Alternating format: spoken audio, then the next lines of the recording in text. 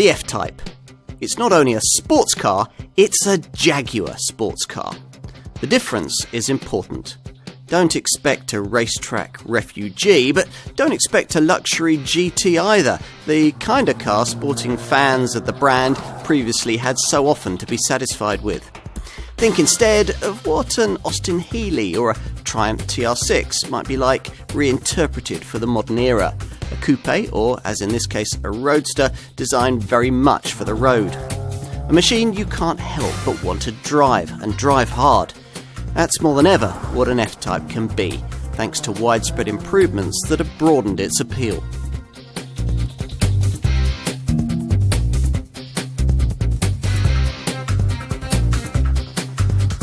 What do you expect a Jaguar sports car to be? Charismatic, memorable, classically elegant? Well, the company's F Type model claims all these attributes. It's a little bit special. And it's changed quite a bit since we first saw this convertible version back in 2013. First with the launch of an alternative fixed-top coupe body style in 2014, then with the announcement of manual transmission and all-wheel drive a year later. A frantic flagship SVR V8 derivative arrived in 2015 with supercar-style performance just before the introduction of a minor facelift, an uprated V6 engine, and perhaps most significantly in mid-2017, an entry-level four-cylinder variant. In other words, if you're in the market for that sports car you've always promised yourself and you haven't got recent experience of this F-Type, it might be time to revisit what's on offer here. This, remember, was a car over half a century in the making. At the time of its original launch, it had been that long since we'd seen a proper Jaguar sports car, a successor to the iconic C, D and E-type models that defined this market in the 50s and 60s. In those days, the Coventry company was a brand known for true driver's cars, rather than the luxurious GT models more familiar from the modern era. Think of people's perception of Porsche today. Back then, you bought a Jag for that kind of thing. Might you do so again today? Well, the F-Type claims to be better equipped than ever to persuade those in any doubt. A modern-era Jaguar ready to take on sporting class leaders of the calibre of Porsche's 718 series and 911 models. Can one single design really do that? Well, so far we've had our doubts, and sure enough, earlier versions of this car never sold in the kind of numbers high as to really trouble the premium German brands. This revised model, though, has revitalised its appeal, and if you're torn between a top sports car and a junior-level supercar, it could offer the perfect package. Let's put this convertible version to the test.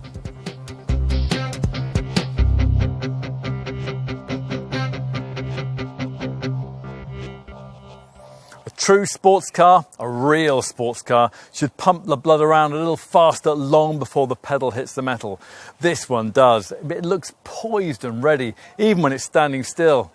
Drive me, it seems to say, as you approach and the door handle springs out to greet you. Start me, it seems to shout once you're enveloped in the figure-hugging sports seats and angled towards that little starter button. Rev me, it seems to insist, as you fire the engine and a spectacular set of aural fireworks begin. And in this convertible F-Type, of course, you can hear those even better. Even if, like us, you usually like your automotive sound effects to come from the engine rather than as here from the tailpipes at the back, you'll have to admit that this car does hum an addictive tune. For driver involvement, it really had to be that way because the petrol power plants on offer aren't of the Porsche high revving kind, and they weren't originally developed for sports car use. There are now 3 basic units on offer, the original all-supercharged V6 and V8 petrol lineup having been joined by an entry-level 4-cylinder 2-litre turbo variant in mid-2017. Much of the recent media coverage on this car has centred on this downsized engine, but the reality is that most buyers continue to prefer the power plant sitting at the heart of the range, the supercharged 3-litre V6 that we're trying here. So before talking about whether or not it's worth countenancing the idea of a luxury Jaguar sports car with 4-cylinder power, let's start by focusing on what we've actually got in this instance. Now we've gone for this 6-cylinder unit in its 380 PS state of tune, but Jaguar also offers it with 340 PS, and at the launch of this facelifted model for model year 2017, the company additionally added in a short production run sport model with engine software tweaked to boost the total output to a meaty 400 PS. Now, whatever your preference, one of the advantages of going for a V6 in this car is the wider range of engineering spec options you'll get. With a base 4-cylinder model or with a top V8, you're offered no choice when it comes to the transmission and drive layout. With a 3-litre F-Type, though, a manual stick shift's available as a classic alternative to the quick shift 8-speed auto gearbox that almost all customers do prefer. And if you do go for an auto, then there's the option of all-wheel drive, and that's a torque-on-demand system that works with a clever IDD, Intelligent Driveline Dynamics strategy, to exploit the maximum performance potential of all that extra traction while still keeping this car's natural rear-wheel driven character. In fact, your all-wheel drive F-Type will always direct power to its rear wheels unless the IDD system detects a loss of traction and demands a proportion of that torque be directed frontwards. On the subject of traction, the more powerful variants that are fitted with the quick shift box get a dynamic launch mode as standard, so you can indulge in Grand Prix style starts, the electronics firing you up the road in really addictive fashion. Whatever your choice of supercharged variant, the major draw here is, of course, the sound. Now, we've already referenced the fact that switching from the coupe to this convertible version so you can drive roof down makes that melody even easier to enjoy. But even if you do raise the fabric top, which is possible on the move at speeds of up to 30 miles an hour, you still get quite a sense of automotive theatre when the road opens up, and you can't resist the delicious prospect of being able to drop a gear and gun the throttle like this. Now do that, and as you can hear, a howling crescendo of aural excitement is unleashed as the horizon spools towards you on fast forward. Now, for the best effect, you'll need to have got yourself a variant like this one, fitted with the switchable active sports exhaust that almost all F-Type buyers specify. Now, with this setup, you do run the risk of severely annoying your neighbours with explosive startups on cold, clear mornings, but at least you're not going to be hanging around long enough for them to serve you with an ASBO notice. One of the advantages of the supercharged format is the low down pulling power that it delivers, and sure enough, that's exactly what you get here, with 450 newton meters of torque put out by the 340 PS version of this unit and 460 newton meters generated by this 380 PS variant. In a quick shift auto gearbox variant, that's enough to see 62 miles an hour dispatched from rest in 5.7 seconds en route to 161 miles an hour in the 340 PS derivative. And those are figures you can improve to 4.9 seconds and 171 miles an hour in this 380 PS version. Not for Jaguar, pointless 155 miles an hour speed limiters. Opt for the manual gearbox and you'll have to add a few extra tenths to the acceleration figures I just quoted. That's inevitable, really. I mean, even if you're Fernando Alonso, you won't be able to switch ratios with the speed of the quick shift system. And that is a setup that, incidentally, you have to have if you're one of the fortunate few who will settle for nothing but one of the 5-litre V8 all-wheel drive only supercharged variants. Now, there are two of those, the 550 PS F-Type R, for which the performance figures are 4.1 seconds and 186 miles an hour, and the wild 575 PS F-Type SVR, which could really worry a bona fide supercar and improves those stats to 3.7 seconds and close to 200 miles an hour. But making this car fast was a very small part of making it great. After all, Jaguar's old XK sports car was certainly quick, but only really ardent fans of the Coventry brand would ever have considered one of those in the same breath as, say, a Porsche 911. Can the F-Type do better? Well, before we originally drove one, we had our doubts, and in some ways, actually, we still do, although there's certainly lots about the dynamic repertoire of this car that we really like. Well, take the steering, for example. An electrically assisted rack was introduced a couple of years after the original launch, and against expectations, it's turned out to be direct and feelsome, way better than any previous Coventry model in communicating what's actually going on beneath you. Now, equally good is the paddle shift ZF's quick shift auto gearbox. Now true, it does lack modern twin clutch technology, but it's a rapid fire system with 8 closely stacked sporting ratios, optimised to constantly keep the supercharged engines right in the sweet spot of the power band. Activate the standard dynamic mode that's provided with all models and it gets even better, both steering and shifting, taking on an even more aggressive demeanour with a weightier feel at the helm and super fast changes that also adapt themselves to road conditions, cornering and your driving style. At the same time, throttle response is sharper and there's a slight loosening of the stability system safety net. Now, if you're in an R dynamic model like this one, then the damping will sharpen up too, and that's thanks to an adaptive dynamic system that controls body movement, roll and pitch. It's well worth having. So, it's all good then. Well, not quite. Despite Jaguar's boasts of a lightweight aluminium engineering, the supercharged variants still weigh in at not much less than 1.6 tons, which makes them a lot heavier than rival German brand models. In a V6 or a V8 powered F-Type, you really feel this when you're slinging the car about. Don't get us wrong, this Jaguar can still be a very rewarding car to hustle through a twisting series of bends, but in extremis, it simply doesn't have the sheer agility of a rival Porsche. Sorry, it just doesn't. When it comes to the chassis, there's a limited amount that Jaguar can do to rectify this situation. The underpinnings of this car share much with that old XK model that was originally launched back in 2006, a time in which lightweight chassis technology was a pretty low priority on Coventry's engineering agenda. What the company could do, though, was to install a lighter engine up front, which brings us back to that 2-litre entry-level 4-cylinder variant we mentioned at the beginning. Thanks to its downsized status and much more modern Ingenium technology, it allows the base F-Type derivative to shed 52 kilos in comparison to the V6 variant that we're driving here. And since most of that weight loss comes from the front end, it's something you'll really be able to feel the first time you sling the car into a tight bend at speed.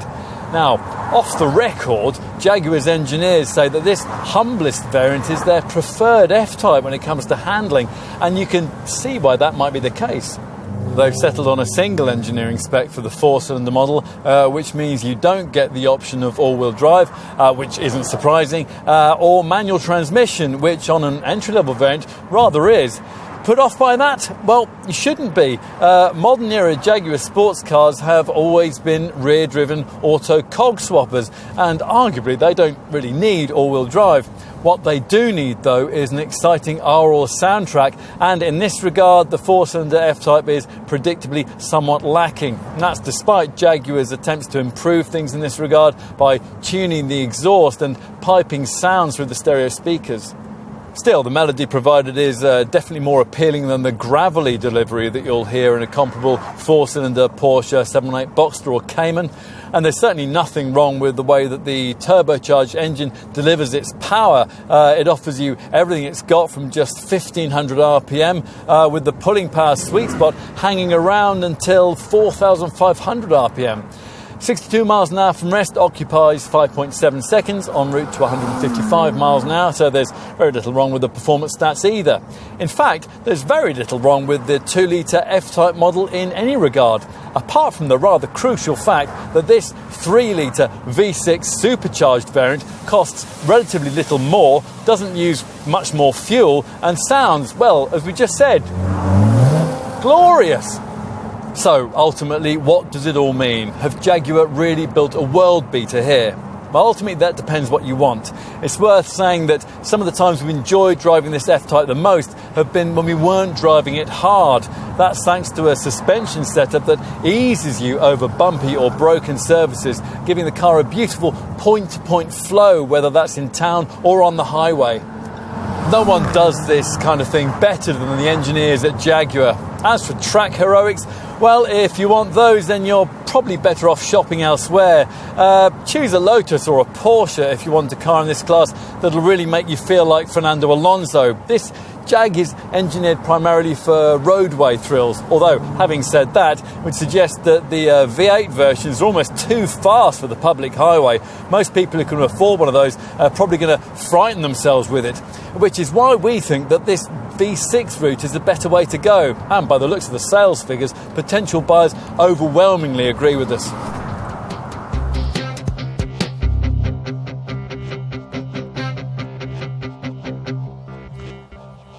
It's said that every piece of design should tell a story. Well, that was certainly true of Jaguar's last proper sports roadster, the E-Type. That was once described by Enzo Ferrari as the world's most beautiful car. So, what would the great man have made of this, its modern-day successor? Well, whether you choose this car in coupe form or in this convertible guise, the shape is certainly interesting. It's a complex mix that references past elegance and future technology, while at the same time also clearly underlining Jaguar's determination to go its own way and offer something different. Its impact has lasted too. Today, Ian Callum's styling still attracts admiring glances, looking as good as it did back at launch in 2013, although that hasn't stopped the brand taking the opportunity to subtly update it. The main aesthetic change with this facelifted model is found here at the front, where large mesh-trimmed single air intakes at each lower corner replace the previous double apertures. Just above those, plusher variants like this one now get more distinctive full LED headlamps, although these do retain the original model's neat J-blade daytime running lights, which also double as directional indicators. Otherwise, apart from a bit of minor bumper chamfering, things are much as before. This muscular clamshell bonnet with its signature power bulge sitting above a bold, angular Jaguar front grille. From the side, it's as you were, the profile distinguished by this so-called heartline crease that runs along the top of the wing, defining its shape, then flowing on into the door before gracefully disappearing rearwards. Now here, you pick up a second heartline, which swells out to form the muscular rear haunches.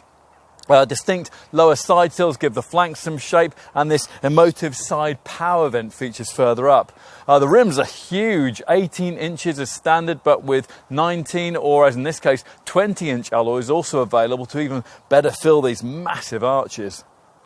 As before, the rear section is emphasised by wraparound LED lamps and an active rear spoiler that raises at 60 miles an hour and then lowers to fit flush like this when the speed drops below 40.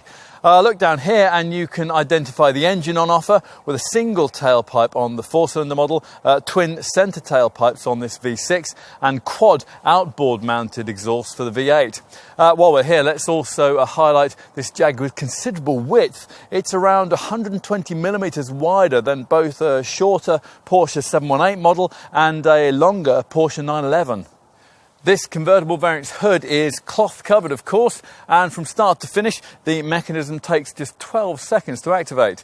It's a multi-layered fabric affair with a thick, thin-insulate lining to make it waterproof.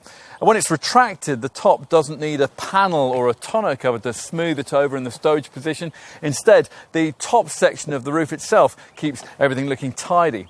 Now, Jaguar's designers never for one moment considered the kind of heavy metal folding roof that you will find in a rival Mercedes SL, which would have upset the low centre of gravity and the near 50-50 weight distribution that the engineers prioritise so much with the advanced aluminium architecture of this design. So, time to grasp one of these lovely pop-out door handles. These are there to provide what Jaguar calls a mechanical handshake and experience this car from within. And the door sills aren't excessively wide or deep, so you can climb in quite gracefully. And lower yourself into a focused, enveloping cockpit that curves itself around your body. Certainly very firmly driver-orientated in here. The two front occupants are separated by this prominent grab handle which sweeps down from the top of the centre console and wraps around behind a proper joystick-shaped sport shift gear selector. Now, in contrast to other Jaguar models, there's no rotary gear shift controller here, which is as it should be, and it's symptomatic of the design team's determination to create something very different. It's an intimate place where luxury is not allowed to supersede purpose. The main interior change made to this revised model relates to these new ergonomically optimised slimline seats, which now feature lightweight magnesium alloy frames and more supportive backrest bolsters.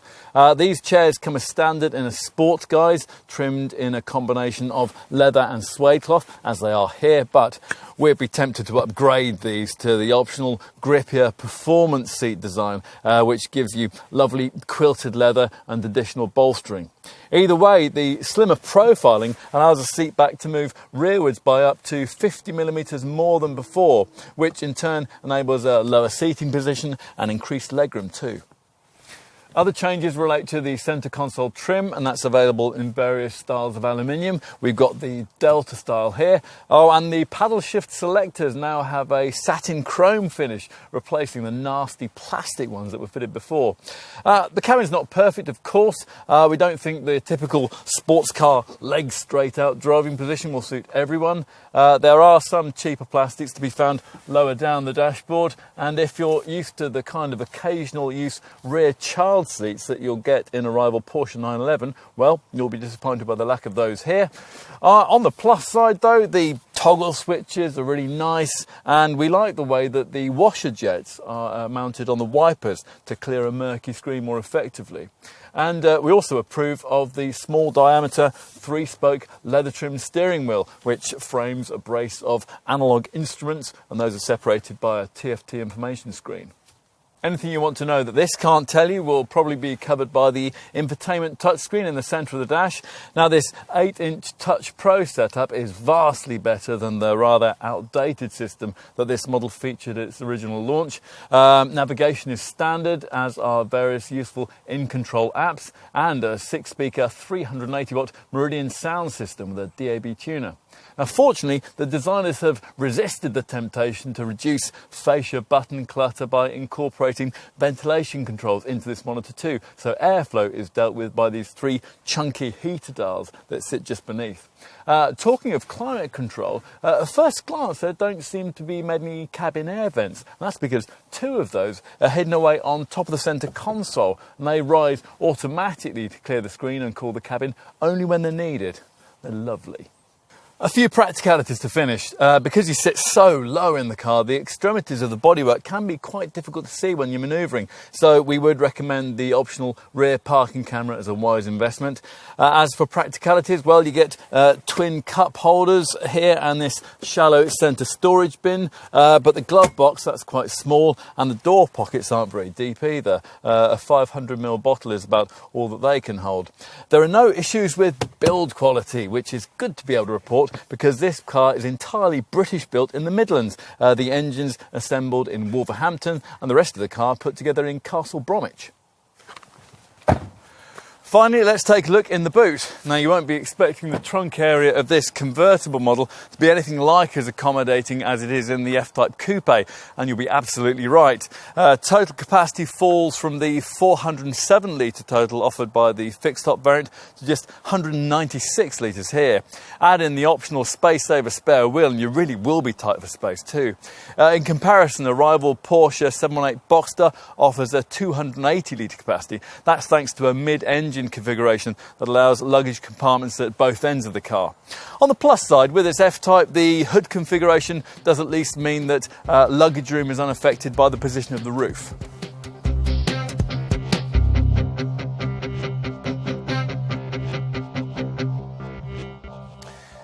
It's hard to think of another car on the market with as wide a marketing brief as this F-Type. The sheer scale of the pricing differential from the top to the bottom of the range gives you some idea of that, with buyers offered everything from an entry-level 2-litre derivative priced at around £50,000 to a flagship V8 SVR version that can cost well over £116,000. In between are the supercharged V6 variants that most customers choose, and they're priced in the £55,000 to £80,000 bracket, in which most luxury performance sports cars are sold. As you can see, we're looking at the convertible body style here, which commands a premium of around £5,500 over the equivalent fixed top coupe models. Now, we respect what Jaguar has done in developing a credible 2-litre 4-cylinder engine for this car, but we can't help thinking that if it was our money, the prospect of needing to find only around £2,300 more to graduate from that base engine to this altogether more hourly explosive supercharged V6 would just be too tempting. Now, another advantage in opting for one of the V6 variants is that you'll then get a lot more choice about the way you can specify the engineering aspects of your car. After all, the 4-cylinder and the V8 power models only come with automatic transmission and a single drivetrain format. So with the 2-litre derivatives, it's rear-wheel drive. With the V8 variants, it's all-wheel drive. Go for the V6 though, and it's very different. There's a classic manual gearbox option that'll save you around £1,800 if you don't fancy the 8-speed quick-shift automatic. Around 95% of buyers, though, are understandably really quite happy with the auto, and if you're one of those and you have been able to avoid the base 340 PS V6 unit, then you'll be offered the chance to spend around £5,000 more on an all-wheel drive system, and you'll be glad of that when the winter sets in.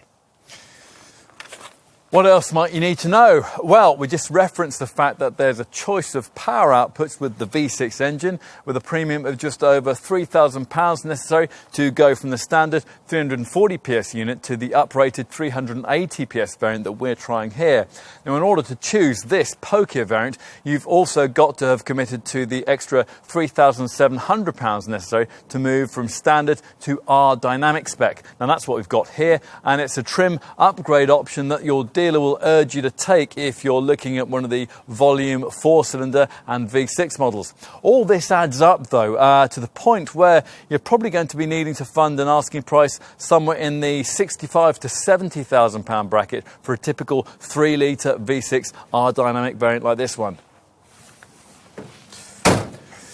Plus, of course, there are plenty of opportunities to spend even more. Now, at the launch of this facelifted F-Type model in early 2017, Jaguar also added a third 400 PS V6 power output option, and that was packaged with a more luxurious sport level of spec that aimed to justify a much higher asking price, starting from just over £70,000. Beyond that, there are only the V8 all-wheel driven variants, which start at around £90,000 for the 550 PS F-Type R model, and culminate with the 6-figure sums necessary for the flagship 575 PS SVR variant we mentioned earlier. Okay, enough on the range, on to the value proposition those prices represent. Now, the most affordable 2-litre 4-cylinder F-Type models serve those who want something a little nicer and more exclusive than, say, a comparably powerful Audi TTS or Ford Mustang, and who are prepared to pay around £5,000 to £10,000 more to get it. If you'd like an F-Type V6, you'll want at least a £55,000 budget, in which case the kind of competitors that you're likely to be looking at will be more sophisticated. Cars like Alfa Romeo's 4C, the various Porsche 718 Cayman and Boxster variants, maybe also an Audi TT RS, BMW M4, or the Mercedes-AMG C63 or SLC 43 models. Now, you can see why this Jaguar might represent a more special selection to many owners than any of those potential competitors. Go for a really powerful F-Type V6 with almost everything on it, a car like this one, for example, or perhaps the 550 PS F-Type RV8, and price-wise, you're going to be in Porsche 911 territory. Alternatively, you'll be spending the kind of money that would otherwise have entitled you to start looking at luxury sports cars of the calibre of Mercedes SL. The top 575 PS F-Type SVR, well, that gets you into lottery-winning territory, and it's an intended alternative to pricier Maserati Grand Cabrio models, or maybe an Aston Martin V8 Vantage, or a lower-order Mercedes-AMG GT. So if, having considered all of this, you conclude that it is an F-Type that you really want, then you'll be needing to know exactly what's included for your not insubstantial outlay. Well, the answer is quite a lot. Although, for the money being asked here, we would have expected that base level trim might have included features like keyless entry, 2-zone climate control and heated seats, all of those things being optional. Otherwise, though, most of what you could want does come as standard, and that includes, of course, this convertible model's power folding fabric hood, and that comes in grey, red or beige as a no-cost option if you don't like this standard black.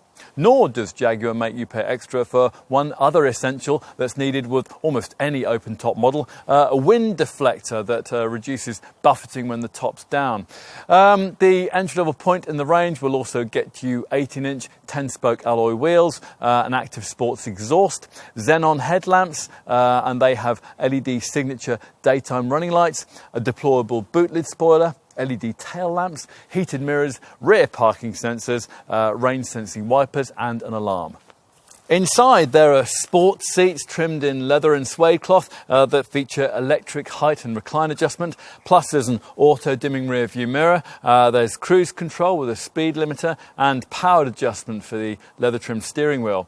In addition, you get a dynamic driving mode that sharpens the throttle and steering response for the kind of press on driving, which will highlight the benefit of the torque vectoring system, which will help you to get all that prodigious power down through the corners. As for infotainment, well, there's much the same Touch Pro system common across the range. The setup works from an 8-inch centre dash touchscreen, and it includes navigation, it includes Bluetooth connectivity, USB and 12-volt ports, access to various useful in-control apps, and a 6-speaker 380-watt Meridian sound system with a DAB tuner. The setup also includes online services such as real-time traffic readouts and live weather reports. With all F-Type models, throughout the 3-year warranty period, you additionally get the use of Jaguar's clever remote premium app that allows you to use your smartphone for things like checking how much fuel is in your tank, whether the windows are closed, and also whether the alarm's been activated. Now this will also allow you to remotely lock or unlock your car and reset its alarm from anywhere in the world. And there's also a beep and flash feature to help drivers to find their car in crowded car parks. Now with this app you can even start the engine remotely, so that, for example, you can get the car warming itself up nicely outside your front door before your journey begins. Talking of apps, you can also add in another one to any F-Type, the brilliant Rerun app that Jaguar's developed with GoPro. Add in a GoPro camera to your car and the app will automatically combine the resulting real-time footage with key vehicle performance data, including speed, throttle position, gear selection, braking force and G-force. The resulting high-quality video can then be downloaded onto your smartphone and, if you wish, shared across social media. Okay, so that's all the standard stuff covered. Is it worth progressing up the range and getting that R-Dynamic trim upgrade we mentioned earlier, the one that the majority of buyers of the volume 4-cylinder and V6 models sign up for? Well, quite possibly. After all, the R-Dynamic package gets you 3 key features you'll probably want: the Adaptive Dynamics variable damping system, the throatier switchable active exhaust, and the larger, more eye-catching 19-inch split-spoke alloy wheels. If you get yourself one of the pokier V6 models, this package also includes a mechanical limited slip differential and black brake calipers. Now, for those fortunate enough to be able to graduate further up the lineup and get themselves V8 power with the desirable F-Type RV8, that limited slip diff becomes electronically activated. Plus, with this variant, you get quad exhausts, even bigger 20-inch wheels, and a configurable dynamic mode that allows you to set up your preferences with regard to throttle, steering, and suspension feel in just the same way as a professional driver would set up his race car. At this level, you also get full LED headlamps, power folding mirrors, and embossed electrically operated R Performance seats with full Windsor leather trim. There's really not much else that the flagship V8 SVR variant can add to this tally, although you do get front parking sensors and a carbon fibre rear wing. Now, let's have a look at the various options you could add on to F-Type models across the lineup. With the most popular standard and R-Dynamic models, typical buyers frequently pay extra for features like the grippier performance seats, metal pedals and full leather trim, as well as the keyless entry option that we mentioned earlier.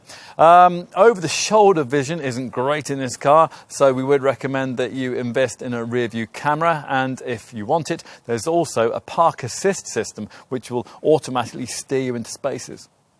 Other less crucial extras you might want to consider include things like 2-zone climate control, a heated steering wheel, a heated windscreen and heated front seats that can also be cooled and ventilated, all items that can be ordered separately or more affordably together as part of a couple of climate packs.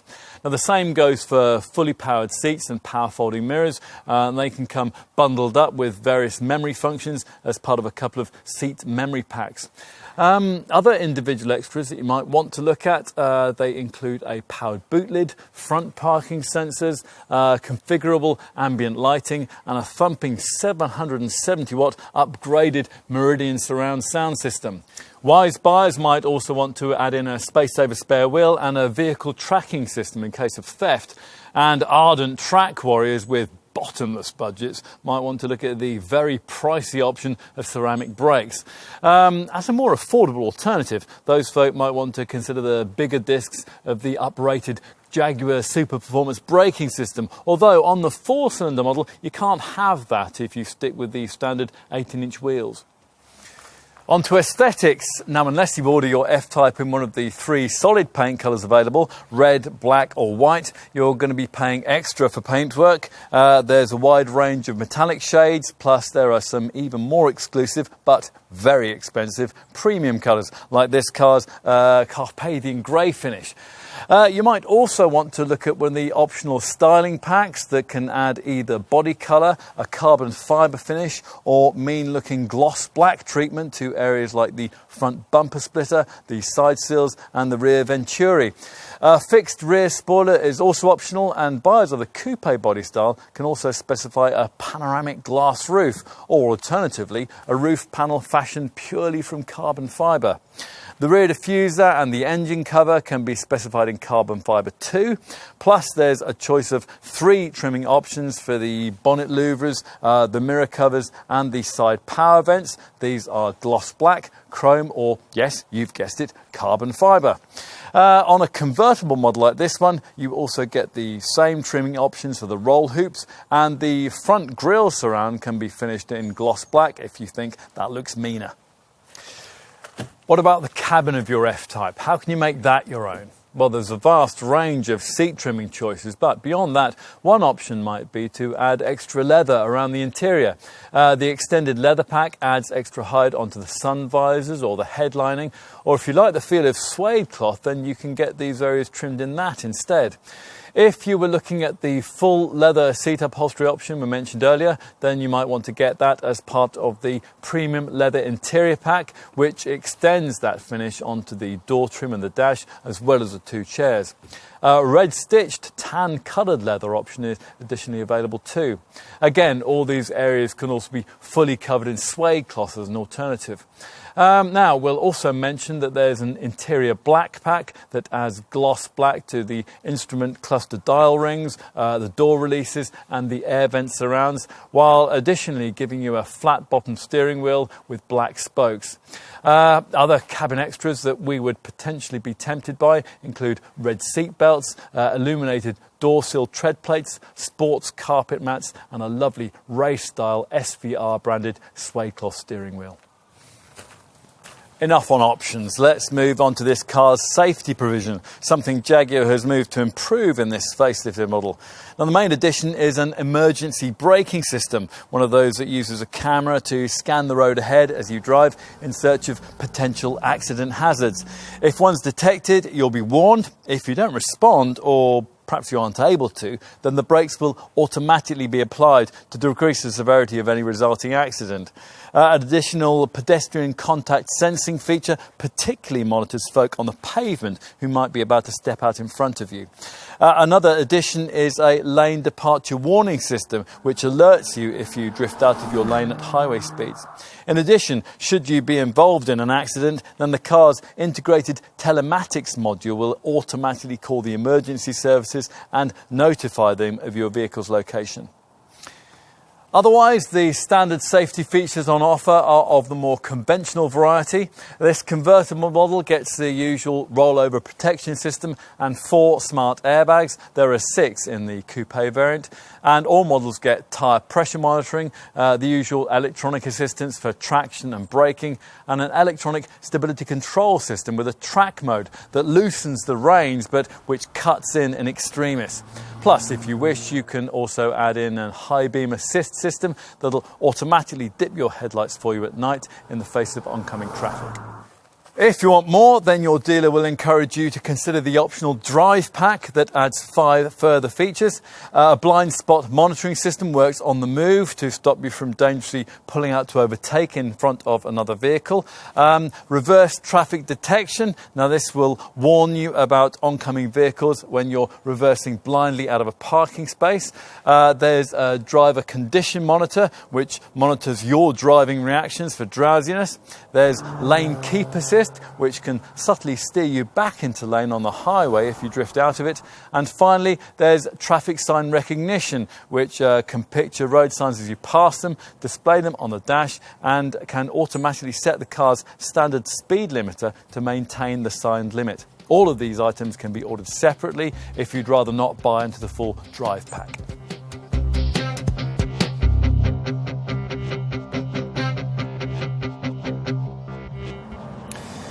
So, to the costs of running this car, which are going to take on some significance if you're one of those who'll have to stretch a little deeper than might have been expected to afford an F-Type in the first place. Now, this isn't, after all, the value proposition its predecessor, the E-Type, once was. That car cost around £2,000 when it was launched back in 1961, and that equates to around £36,000 today. That's around half the cost of F-Types that'll typically be rolling out of British showrooms. But there's no point in dwelling on that. The market's moved on, and Jaguar is entitled to charge the way the Germans do, providing it can match their technology, of course. In terms of efficiency, you might wonder about that, as you might have expected to if you know anything at all about big capacity supercharged petrol engines of the kind that most models in the F-Type lineup use. They're normally thirsty beasts, and the 3-litre V6 and 5-litre V8 units on offer here are no exception to that rule. Now, we'll get to the way they perform in efficiency terms in a minute, but first, let's focus on the one power plant in the lineup that ought not to be hobbled by questionable standards of running cost efficiency, and that's the entry-level 4-cylinder 2-litre turbocharger unit. This twin-turbo i4 300 Ingenium engine is one that Jaguar is extremely proud of, with an exhaust manifold integrated into the cylinder head, low levels of friction, and a whole range of other engineering measures, all designed to promote efficiency. A late intake valve opening design improves operating efficiency from a cold start, and what Jaguar calls an early intake valve closing strategy aims to do the same thing on part throttle loads. On top of that, the base model enjoys a significant weight saving of 52 kilos over this V6 variant, although that would probably count for more if it were not for the fact that the F-Type wasn't such a relatively heavy thing. Most optioned up variants leaving the showrooms with a curb weight of around 1.6 tonnes, and that is a lot for a modern 2-seater sports car, and it's around 150 kilos heavier than some of this model's German rivals, a Porsche 718 Cayman S, for example.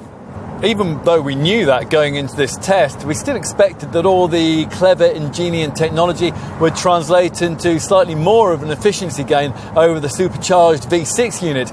As it is, Jaguar claims a 16% boost in economy if you're minded to compare a 4-cylinder F-Type with a comparable auto V6, which translates into 39.2 mpg on the combined cycle. Now, that's a figure that will see you able to travel about 5 miles further on every gallon in a 2-litre model than you would be able to in a comparable 340 PS V6 auto variant.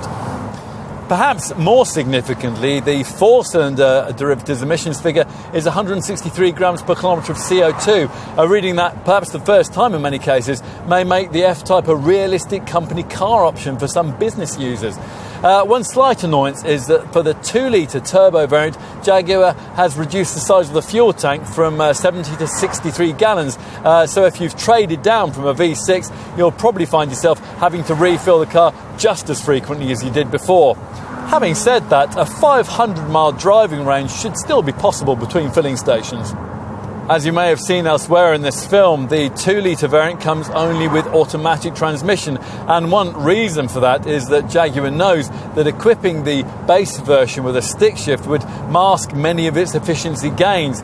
Get a perspective on this by looking at the way the transmission choice affects the running costs of the 3-litre V6 340 model. Go for it with the auto box, and the figures are 33.6 mpg on the combined cycle and 199 grams per kilometre of CO2. In your manual form, though, the same car's readings crashed to 28.8 mpg and 234 grams per kilometre. No wonder only 5% of F-Type buyers want a conventional gear shift.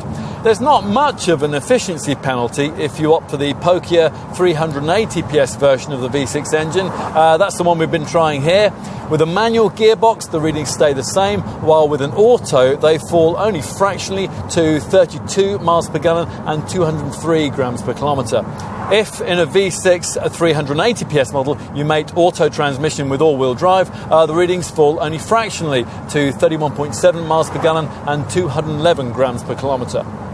If you set your heart on an F-Type V8, you'll be expecting cleanliness and frugality to take a bit of a dive, and you'll be absolutely right.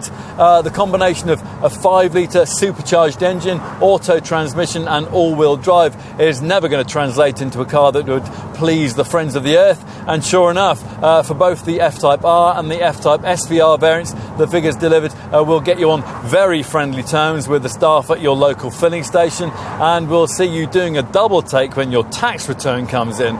We're talking 25 miles per gallon and 269 grams per kilometre. In terms of across-the-range segment comparisons, you'll find all the readings we quoted significantly inferior to those you could get from rival Porsche and Mercedes models. Still, if you are looking at one of the supercharged F-Type variants, you could make yourself feel a little better about this car's efficiency showing by comparing it to the frankly awful readings returned by old tech rivals like Maserati's GT or Aston Martin's V8 Vantage. Those are sports cars that'll cost you about 30% more to run than this one. Features like a start-stop system and EPAS electric power steering help this Jaguar here. It's also worth pointing out that there's no efficiency penalty whatsoever for opting for this convertible body style rather than the equivalent coupe, despite this drop-top's 20-kilo increase in weight. And of course, as with any proper performance sports car, if you manage to get anywhere near the manufacturer's quoted figures in regular real-world motoring, well, you probably shouldn't have bought the thing in the first place. What else? Well, your insurance premium is another thing that's going to hit you hard in the wallet region as part of running this car. All V6 and V8 variants are rated at top-of-the-shop Group 50, which would be easier to bear were it not for the fact that some significant rivals are rated considerably lower. A Porsche 718 Boxster S, for example, is rated at Group 43. At least the predicted residual values are a bit more encouraging. If we take the 2-litre convertible as an example, you expect to get 45% of your original purchase price back after the usual industry standard 3-year, 30,000 mile ownership period. That figure, by the way, rises to 50% if you opt for the more desirable R-Dynamic trim, which would offset much of the cost of trading up to that plusher spec level at point of purchase. In other words, Jaguar depreciation is very much a match for that of, say, Porsche, which is quite an achievement. Like all Jaguar models, this one comes with a standard 3-year warranty, although here, unlike some rivals, there's no cap on the number of miles you can cover in that period. You can pay a relatively small premium to extend the coverage period to 5 years if you wish. Then there's the issue of maintenance. Jaguar offers a servicing package that's very well worth specifying. A 3-year deal for around £1,000 or a 5-year high mileage scheme for around £1,500. Now that does sound like a lot, but it'll make the maintenance side of running this car more cost effective than would be the case with owning a rival Porsche model, even though the Zuffenhausen brand's models only need to visit a dealer every 2 years rather than annually. And finally, if you want to justify your purchase of a luxury petrol-powered Jaguar sports car to green-bearded friends, then you could point out to them that half the content of the bodywork of this car comes from recycled metal, and that its structure is exclusively riveted and bonded, and that's a manufacturing process that emits up to 80% less CO2 than would be necessary in the creation of an ordinary car's steel structure. There are, it seems, more dynamic ways to be green.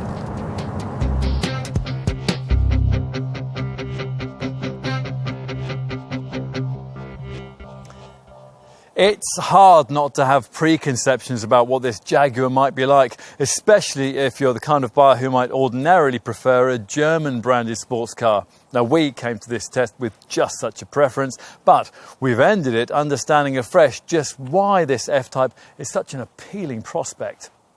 Of course, it's asking a lot for one model to straddle so many different sports car segments. At one end of the range, the 2-litre derivative could be an alternative to cars as relatively affordable as a well-specified Audi TTS.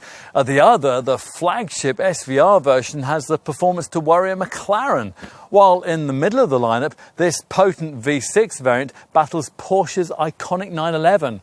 Now, back at this car's original launch, we'd worried that Jaguar might have spread the F-Type's talents a little too thinly in attempting to compete with so diverse a range of rivals. Having examined the way this car's evolved, though, we're now far more convinced that it can meet its maker's aspirations. It's certainly hard to see how the Coventry company could have developed this model more effectively. Back at its original launch, you could have griped about the lack of all-wheel drive or a manual gearbox, plus maybe the clunky infotainment system and the absence of a more affordable entry-level variant, but all that's now been sorted. So, are there any remaining issues? Well, luggage capacity in this convertible model, that's quite restricted, and the car could and should be a little lighter than it is, which is one reason why the V6 and the V8 versions can't match the efficiency figures delivered by German rivals. Otherwise, there's really not a lot to complain about. This really is a British sports car to be proud of. True, it won't match a rival Porsche model's delicacy of response at the limit, but in compensation, you get yourself a car that's arguably better looking, unarguably better equipped, more powerful, and endowed with a greater sense of occasion inside and out. Plus, it steers, handles, stops, goes, and sounds exactly like a Jaguar sports car should. But don't knock it because it's not a Boxster or a 911. The F-Type was never intended to be like anything else. This model's different, powerful, sensual, ultra-precise. It's a car that feels alive. Jaguar needed to find a younger, more demanding, hungrier audience for its sports cars. It needed to convince people like us that here and now, in this market, at this time in history, it could be great again. Mission accomplished.